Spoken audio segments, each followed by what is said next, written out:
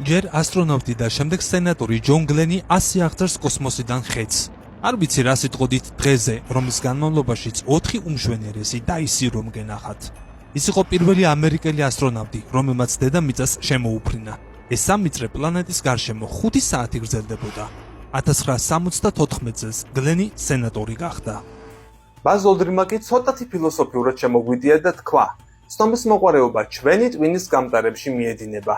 თუ ჩვენ ჰორიზონტს ვხედავთ, გვინდა გავიგოთ რა ხდება მისიკეთ. პირველი ადამიანი მთვარეზე, მისიის მეთაურთან ნილ ამსტრონგთან ერთად. მისია აპოლო 11-ის დროს მათ მოაწყვეს ისტორიული გასეირნება მთვარეზე. მთლიანობაში მთვარეზე 21 საათი გაატარეს და უგან 25 კილოგრამი მთვარის გრუნტის ნიმუშებით დაბრუნდნენ. ამერიკელი ასტრონავტი ალან შეპარდი სიამაყესა და ამბარდამნებას შორის არსებულ უხილავ გრძნობას განიცდიდა. მისი თქმით, უნდა ვაღიარო, რომ მე ალბათ ისტორიის ნაწილი ვარ. ნილ ამსტრონგით დავასრულებ ამ პატარა სიას და მის კარგად ცნობილ ნათქვამს გავიხსენებ. ერთი პატარა ნაბიჯი ადამიანისთვის, ხოლო გიგანტური ნახტომი მთელი კაცობრიობისთვის. ის იყო მე-20 საუკუნის ერთ-ერთი ყველაზე გავლენიანი ფიგურა.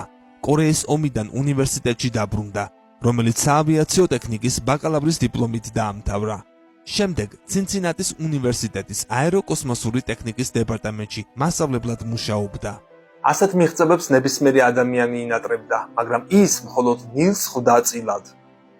თუმცა ყველაფერი ეს არაფერია იმასთან შედარებით, გახდე ადამიანი, რომელმაც პირველად დააბიჯა მთვარეზე. ეს 1969 წლის 21 ივლისს მოხდა.